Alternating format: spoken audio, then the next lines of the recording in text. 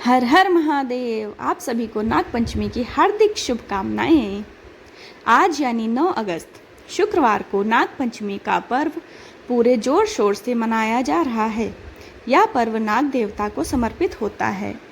इस दिन को भक्त पूरी श्रद्धा और आस्था से मनाते हैं। उत्तर प्रदेश के कुछ स्थान पर नाग पंचमी को गुड़िया भी कहते हैं।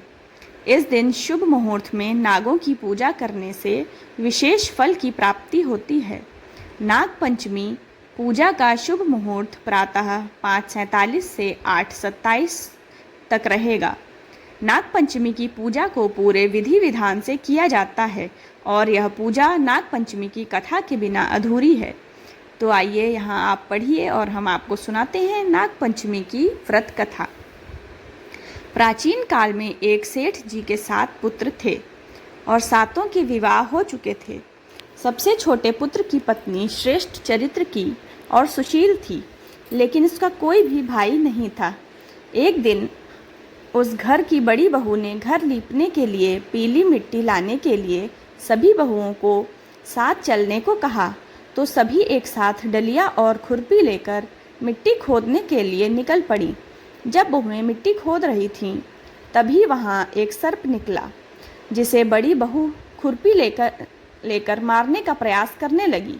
यह देखकर छोटी बहू ने उसे रोका और कहा, यह बेचारा निरपराध है। यह सुनकर बड़ी बहू ने उसे नहीं मारा। तब वो सांप एक ओर जाकर बैठ गया। तब छोटी बहू ने उससे कहा, मैं अभी लौट कर आती हूँ, तुम यहाँ से जाना मत। इतना कहकर वह सबके साथ मिट्टी लेकर घर चली गई और कामकाज में फंसकर सर्प से जो वादा किया था वो उसे भूल गई। उसे दूसरे दिन वह बात याद आई तो वो सबको साथ लेकर वहाँ पहुँची। सर्प अभी भी उस स्थान पर बैठा था, जिसे देखकर छोटी बहू बोली, भैया मुझसे भूल हो गई, उसकी क्षमा मांगती हूँ। तब सर्प बोला, अच्छा तू आज से मेरी बहन है और मैं तेरा भाई, तुझे मुझसे जो मांगना हो मांग ले। वह बोली, मेरा कोई भैया नहीं है, अच्छा हुआ तुम मेरे भाई बन गए। कुछ दिन व्यतीत होने पर वह सांप मनुष्य रूप धारण करके छोटी बहू के घर आया और उससे कहा कि मैं इसका दूर से रिश्ते का भाई हूँ, बचपन में ही बाहर चला गया था। उसके विश्वास दिलाने पर परिवार के लोगों ने छोटी और उसके साथ भेज दिया। उसने मार्ग में बताया कि मैं वही सर्प हूँ, इसलिए तू डरना मत और जहाँ चलने में कठिनाई हो वहाँ मेरी पूँछ पकड़ लेना। छोटी बहू ने वैसा ही किया और इस प्रकार वह उसके घर पहुँच गई। सर्प के घर के धन ऐश्वर्य को देखकर वह चकित हो गई। इस तरह से वो उसके घर में रहने लगी। एक दिन सर्प की माता ने उससे कहा, मैं एक काम से बाहर जा रही हूँ, तू अपने भाई को ठंडा दूध पिला देना। उसे इस बात का ध्यान नहीं रहा और उसने सांप को गर्म दूध पिला दिया, जिससे उसका मुख जल गया। यह देखकर सर्प की माता को गुस्सा आ गया, परंतु सर्प के समझाने पर वह चुप हो गई। तब सर्प ने कहा कि बहन को अब उसके घर भेजना चाहिए। तब सर्प और उसके पिता ने उसे बहुत सा सोना, चांदी, जवाहरात, वस्त्र, आभूषण आदि देकर घर पहुंचा दिया। इतना ढेर सारा धन देखकर बड़ी बहू उससे जलने लगी और कहने लगी कि तेरा भाई तो बड़ा धनवान है, तुझे तो उससे और भी धन लाना चाहिए। सर्प ने जब ये बात सुनी तो उसने सब वस्तुएं सोने की ला कर दी।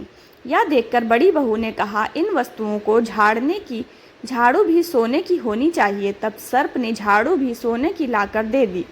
सर्प ने छोटी बहू को हीरा मणियों का एक अद्भुत हार दिया, जिसकी प्रशंसा उस राज्य की रानी ने भी सुनी और वो राजा से बोली कि सेठ की छोटी बहू का हार मुझे चाहिए।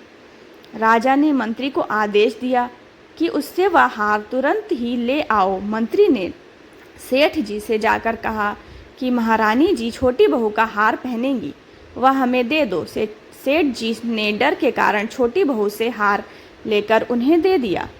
छोटी बहू को यह बात बहुत बुरी लगी। उसने अपने सांप भाई को याद किया और उससे प्रार्थना की, भैया रानी ने हार छीन लिया है, तुम कुछ ऐसा करो कि जैसे ही रानी वो हार पहने वह सर्प बन जाए और जब वह मुझे लौटा दे तब वो हार हीरों और मणियों का हो जाए। सर्प ने ठीक वैसा ही किया। जैसे ही रानी ने हार पहना वैसे ही वह सर्प में बदल गया।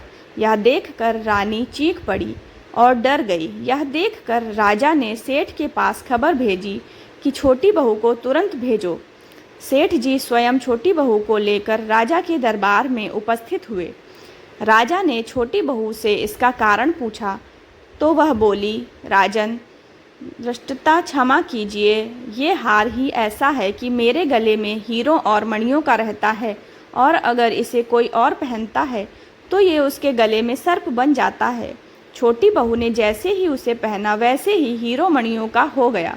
यह देखकर राजा ने प्रसन्न होकर उसे बहुत सी मुद्राएं भी पुरस्कार दी।